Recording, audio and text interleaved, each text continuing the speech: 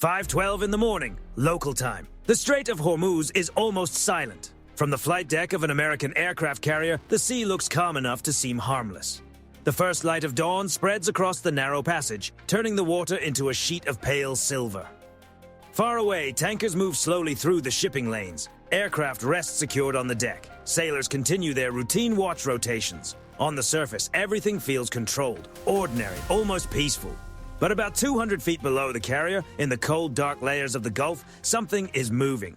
Inside the Combat Information Center, the steady rhythm of routine operations suddenly changes. A sonar operator stops and leans toward his screen. A faint acoustic trace flickers across the passive sonar feed. It is not loud, it is not obvious. Just a slow mechanical pulse, almost hidden inside the natural noise of the ocean. He studies it for a moment. Possible subsurface contact, he says calmly.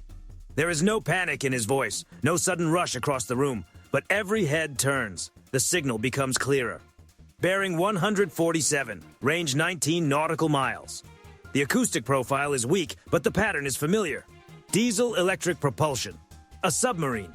The contact is moving slowly, barely 2 knots, almost drifting through the thermocline, where layers of warm and cold water bend sonar waves and make detection harder. It is exactly the kind of place submariners use to stay unseen.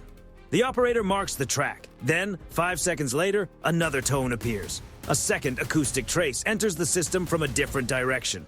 Bearing 161, range 21 miles. Another submarine signature. The room grows even quieter. The tactical display updates. 2 underwater contacts now move across the digital chart beneath the carrier strike group. Different bearings, different acoustic fingerprints. 2 separate submarines.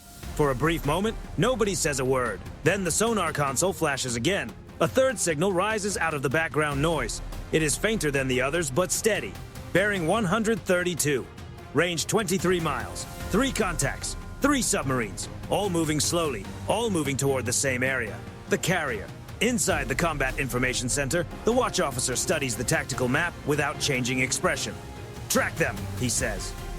No raised voice. No dramatic command. Just quiet authority.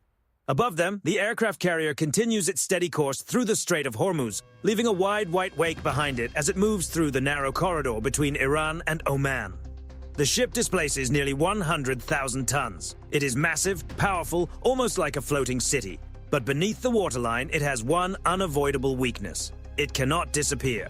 The Combat Information Center sends the data through the strike group network. Within moments, every escort vessel sees the same picture. Destroyers, cruisers, helicopters. The entire formation is now watching 3 small icons crawl slowly across the digital ocean floor. 3 submarines are approaching in a loose triangular formation, and that shape is not accidental.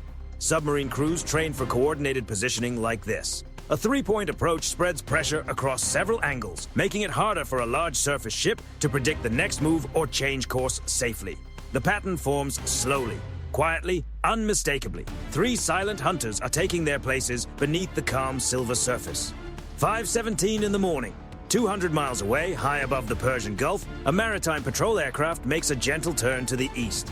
It is a P-8 Poseidon, one of the most advanced anti-submarine aircraft ever placed in service. Inside its mission bay, technicians begin releasing sonobuoys into the sea below. Small cylinders drop from the aircraft, hit the water, and unfold into a wide underwater listening network. Passive buoys, active buoys. Within minutes, they form an acoustic grid stretching across 60 square miles of ocean. Each buoy listens. Each buoy reports. Then one of them hears something.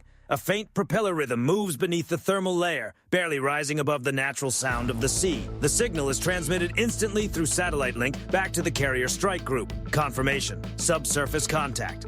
Then another buoy responds. Second confirmation. Moments later, a third buoy lights up the network. 3 separate underwater signatures. Aboard the carrier, the tactical display updates again. 3 marked tracks now move steadily closer. Range shrinking, 19 miles, 17, 16. Inside the Combat Information Center, the sonar operator adjusts his headset and watches the acoustic waveforms climb slowly across the screen. The sound is clearer now. Low-frequency propulsion, Iranian diesel-electric class. There is no real doubt left. These submarines are not simply passing through the area. They are closing in. At their current speed, they could reach engagement range in less than 40 minutes. No alarms sound across the carrier, no sirens echo through the passageways. But every station inside the strike group understands what the situation means. 3 submarines, 1 carrier, and the silent phase of the pursuit has begun. 5:29 in the morning. The Strait of Hormuz is starting to wake up. Cargo ships push slowly through the narrow shipping lanes. Oil tankers glide across the horizon. The morning sun climbs higher above the Persian Gulf, casting long reflections across the water. From the outside, the American carrier strike group looks exactly as it should. A massive aircraft carrier moves through the sea at a steady pace. 2 guided missile destroyers hold position several miles ahead. Another escort trails behind. Helicopters remain parked quietly on the flight deck. Routine, professional, predictable. But beneath the surface, the ocean is becoming crowded. Inside the Combat Information Center, the sonar picture grows sharper with every passing minute. The 3 submarine contacts have not changed course. They are still moving closer. Slow, careful, methodical. Speed 2 knots. At that pace, a submarine barely disturbs the water around it. Its acoustic signature is little more than a whisper. But underwater, whispers can travel a long way. And now, the strike group is listening closely. The sonar operator follows the first contact. Range, 14 nautical miles. The submarine remains deep beneath the thermocline, where layers of warm and cold water bend sonar waves and create pockets of acoustic shadow. It is an ideal place to stay hidden, but no hiding place stays perfect forever. Another update appears on the tactical display. The second submarine contact adjusts its bearing slightly, only a few degrees. The movement is small enough that most civilian vessels would never notice it. But inside the carrier's tactical system, the pattern becomes obvious. The 3 submarines are spreading apart. The triangle is getting wider. The watch officer studies the screen. He does not need to say it out loud. Everyone in the room already understands. They are maneuvering into position. A carrier strike group is one of the most heavily defended formations on Earth. Surface radar, air patrols, electronic warfare, escort ships, and layered surveillance all work together to protect it. But underwater threats are different. They come from below. And below the surface, the rules change. 5:31 in the morning. One of the escorting destroyers brings its hull-mounted sonar online. A sharp metallic pulse pushes outward through the ocean. Ping! The sound moves through the water like a sudden wave of pressure. Inside the Combat Information Center, the acoustic display fills with reflections as the signal bounces across the seabed and returns. Ping! Another pulse follows. Ping! Every submarine in the area hears it at once. For submariners, that sound means only one thing. They have been found. Inside one of the Iranian submarines, the captain listens to the echo through his headset. American active sonar. He understands exactly what it means. The carrier group is no longer just watching. It is searching with intent. But he also knows something else. They are already close. Very close. He checks the range again. 9 nautical miles. Inside the submarine, the crew moves quietly through the narrow control room. There is no shouting, no panic, no wasted motion. Only careful preparation, because this is the exact moment they have trained for. Back above the surface, the carrier strike group begins to adjust its formation. The destroyers move slightly wider, not enough to alarm the civilian vessels nearby, but enough to tighten the protective screen around the carrier. On the flight deck, a helicopter crew runs toward a waiting MH-60R Seahawk. The aircraft is already fueled and ready. The Seahawk is one of the Navy's main submarine hunting platforms. Beneath its body is a dipping sonar system designed to search deep below the ocean surface. Under its pylons are specialized lightweight undersea interceptors built for tracking fast-moving underwater targets. Within minutes, the helicopter rises from the deck. Its rotor wash scatters spray across the carrier's wake as it accelerates forward. Inside the Seahawk cockpit, the sensor operator watches the digital ocean map update in real time. 3 submarine contacts. Closing. Range now 8 miles. That distance matters. Heavy underwater systems can travel more than 20 miles, but at close range, the danger becomes much more immediate. There is less time to react, less space to maneuver, fewer options left. Inside the Combat Information Center, the tactical officer studies the numbers. 8 miles, 7. The submarines continue forward at the same slow speed. No sudden movements, no sign of hesitation, just a quiet, steady approach. And that calm says more than any alarm could. These crews are not drifting into the strike group by mistake. They know exactly where they are going. 5:36 in the morning. The Seahawk reaches the outer edge of the sonar grid. Below it, the sea looks dark, empty, and still. But the sensors tell a different story. The helicopter slows into a hover. The dipping sonar begins lowering beneath the aircraft. A long cable slips down through the air and disappears into the waves. The sonar head enters the water. Almost instantly, the system begins to listen. A faint mechanical rhythm comes through the speakers. Propeller blades, slow rotation, a heavy steel hull moving through deep water. Submarine confirmed. The sensor operator marks the contact, one of the three, but the other two are still out there, still moving closer. Inside the Combat Information Center, the range indicator drops again, 6 nautical miles. At that distance, every officer in the room understands the situation. The submarines are now entering underwater engagement range. And somewhere beneath the dark water of the Strait of Hormuz, 3 Iranian submarines are nearly in position. 5:41 in the morning. Inside the Combat Information Center, the atmosphere changes in a single instant. A sharp acoustic spike flashes across the sonar console. The operator leans forward. For a fraction of a second, the sound almost blends into the background noise of the ocean. Then it becomes unmistakable, a high-frequency cavitation signature. Propeller blades spinning much faster than before. Not a submarine, something smaller, something faster, something accelerating hard through the water. The operator does not hesitate. High-speed underwater contact. The words cut through the room. Every head turns toward the tactical display. A new track appears. Speed, 50 knots. Bearing, directly toward the carrier. The computer processes the movement instantly. Heavyweight undersea threat. Then it happens again. Another acoustic burst. A second launch signature. Seconds later, a third. 3 separate propulsion signals ignite beneath the ocean. 3 fast-moving underwater contacts surge forward at combat speed, all converging on the same point. The aircraft carrier. Inside the Combat Information Center, the tactical computer begins drawing projected paths across the digital map. 3 red tracks stretch toward the center of the screen. Time to arrival appears beside them. 6 minutes. The watch officer does not raise his voice. Carrier maneuvering. Up on the bridge, the order reaches the helm immediately. The massive ship begins to turn. A nuclear-powered carrier weighs nearly 100,000 tons. It cannot move like a destroyer. It cannot twist away in an instant. But even a slow change in heading can disturb an underwater tracking solution. The rudder shifts. The bow begins a gradual swing to starboard. Below the waterline, the carrier's wake starts to change direction. Even a few degrees can matter. Back in the Combat Information Center, the incoming tracks continue closing. 5 minutes to arrival. Above the ocean, the MH-60R Seahawk is already reacting. Through the dipping sonar, the sensor operator hears the 3 launch signatures clearly. 3 distinct propulsion sounds, 3 incoming contacts. He marks the vectors quickly. Then something else appears on the screen. A larger acoustic signature moving slowly beneath the launch point. Submarine, one of the hidden contacts. The helicopter banks sharply toward the signal. Altitude drops. The pilot steadies the aircraft as the sonar operator locks onto the submarine's position. Target confirmed. There is no hesitation now. The Seahawk releases a Mark 54 lightweight undersea interceptor. It drops from the helicopter and vanishes into the sea below. Moments later, its motor comes alive. Now it begins its own underwater search. Back inside the carrier strike group, the defensive response continues. 4 minutes to arrival. The tactical officer gives the next command. Deploy Nixie. Along the stern of the carrier, a cable unspools quickly into the water. At the end of the line, a small device begins broadcasting powerful acoustic noise. The Nixie decoy. To an underwater seeker, the decoy sounds larger than the carrier itself. Louder, closer, more tempting. It trails behind the ship like a moving false target, designed to pull the incoming contact away from the real one.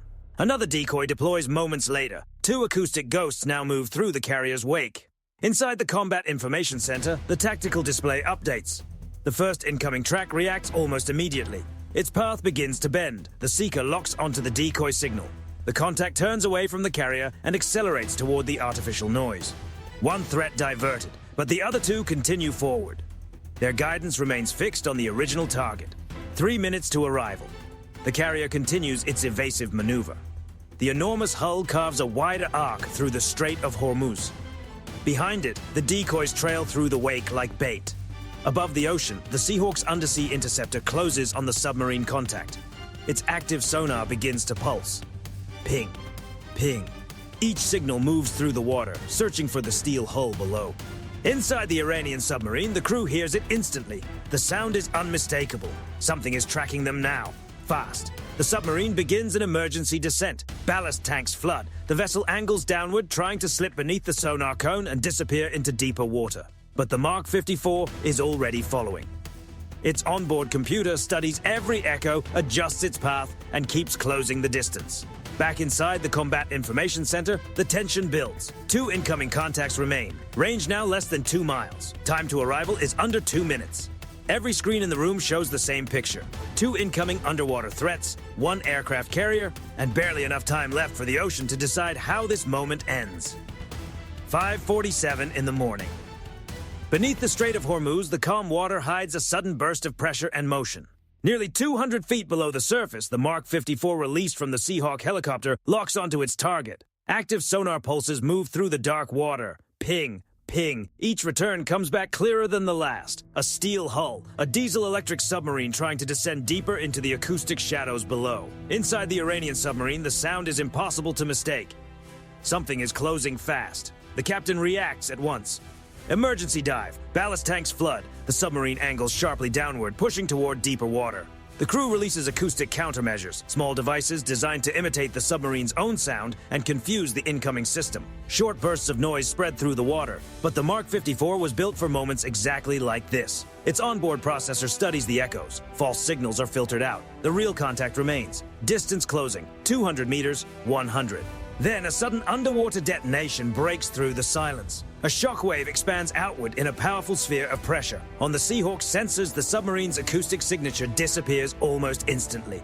No propeller rhythm, no hull noise, only turbulence. One submarine has gone silent, but the engagement is not over. Back on the surface, the aircraft carrier continues its evasive turn. Inside the Combat Information Center, the tactical display updates again. 2 incoming contacts remain, both still moving toward the carrier. Range, 1 mile.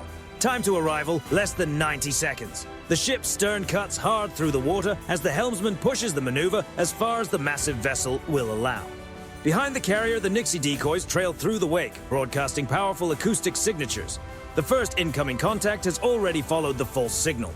On the tactical screen, its track curves away, chasing the artificial noise behind the ship. But the second contact continues straight. Its seeker has not changed focus. It is still tracking the carrier. Inside the Combat Information Center, nobody speaks. The numbers change every second. 800 meters, 700, 600. At that same moment, another Seahawk helicopter sweeps low across the ocean surface. This aircraft has been following the second submarine contact detected earlier. Its sensors confirm the target. Another Iranian submarine is trying to slip away beneath the confusion. The helicopter pilot banks hard left and drops altitude. Target acquired. Within seconds, a second Mark 54 drops from the Seahawk's rack and disappears beneath the waves. The system activates and begins its underwater pursuit. Below the surface, the submarine commander hears the sonar pulse. Ping. He knows what it means. Something is hunting now. The submarine turns sharply, trying to change depth and direction at the same time. But underwater maneuvering takes time. And the incoming system was built for speed. The Mark 54 accelerates through the dark water. Its sonar cone sweeps the ocean ahead. Then the echo returns. Steel hull, target locked. The distance closes fast. Seconds later, another powerful underwater blast tears through the dark water beneath the strait. A column of bubbles rushes upward toward the surface. On the Seahawk's sensors, the submarine's acoustic signature disappears. 2 submarines, 2 underwater impacts, both signals gone. But inside the Combat Information Center, no one looks away from the last remaining threat. The final incoming contact, range 500 meters. The carrier keeps turning. Its engines push the enormous hull forward while the decoys trail behind it like lifelines. 400 meters, 300, 200. At that distance, everything will be decided in seconds. Every screen in the Combat Information Center shows the same moving symbol. 1 incoming contact, closing fast. The Strait of Hormuz has become a race between steel and sound, and somewhere beneath the surface, the final system is still searching. 5:52 in the morning. The final incoming contact is now less than 200 meters from the carrier. Inside the Combat Information Center, every screen follows the same track. A single acoustic signature is racing through the water at nearly 50 knots, closing fast. The carrier continues its evasive turn, but a ship this size cannot outrun something moving that quickly beneath the surface. Its only protection now is deception. Behind the ship, the Nixie decoys trail through the turbulent wake. 2 artificial acoustic targets broadcast powerful signals into the water. Each one sounds louder than the carrier itself. Each one is designed to draw the incoming contact away at the final moment. On the tactical display, the track remains steady, bearing unchanged, still aimed directly at the ship. Range, 150 meters. Inside the Combat Information Center, no one speaks. The sonar operator watches the acoustic waveform rise higher across the screen. The propulsion signature is clear now, fast, focused, locked on, 100 meters. Then, suddenly, the track shifts. Only a few degrees at first. The seeker begins drifting toward the louder acoustic signal behind the carrier, the decoy. On the tactical display, the red track slowly bends away from the ship's hull. The incoming contact is changing targets. Inside the Combat Information Center, the watch officer keeps his eyes fixed on the screen. Still no celebration, still no relief, because an underwater seeker can still turn back. Range to the decoy, 70 meters, then 60, then 50. The incoming contact accelerates, now fully drawn toward the artificial acoustic signature trailing behind the carrier. Seconds later, the ocean erupts in the carrier's wake. A powerful underwater burst sends a towering column of water into the morning air.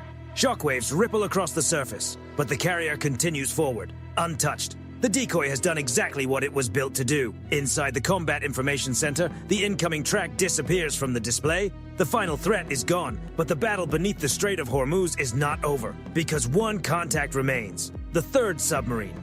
While the incoming systems were closing on the carrier, that submarine tried to break away. Its acoustic signature shifted course several minutes earlier, turning north beneath the confusion of sonar pulses, turbulence, and underwater pressure waves. But the strike group's sensors never lost it.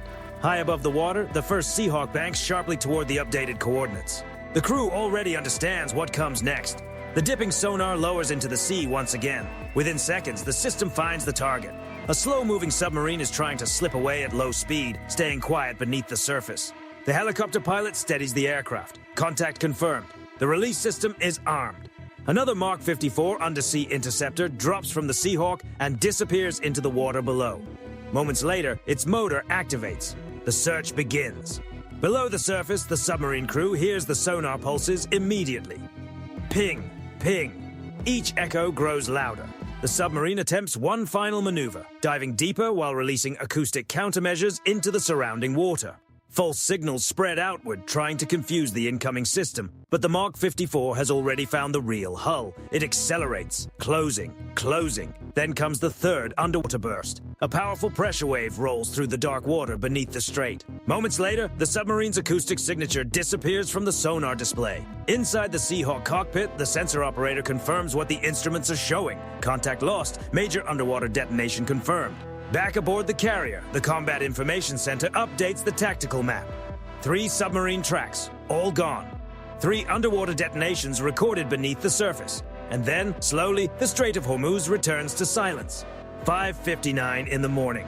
The carrier strike group resumes its original formation. Destroyers tighten the defensive screen. Helicopters continue circling above the water, scanning for any remaining contacts. But the ocean beneath them is quiet again. No propeller signatures, no incoming underwater tracks, no submarine contacts. Inside the Combat Information Center, the watch officer enters a final line into the operational log. 3 opposing submarines intercepted, all immediate dangers removed. The aircraft carrier continues its course through the narrow waters of the strait. From the flight deck above, the sea once again looks calm. Cargo ships continue their slow transit. The horizon remains clear. Nothing in the morning light reveals what has just happened beneath the surface. But everyone inside the strike group understands exactly what took place. 3 submarines approached, 3 underwater systems were launched, and in less than 40 minutes, the hidden chase beneath the Strait of Hormuz was over.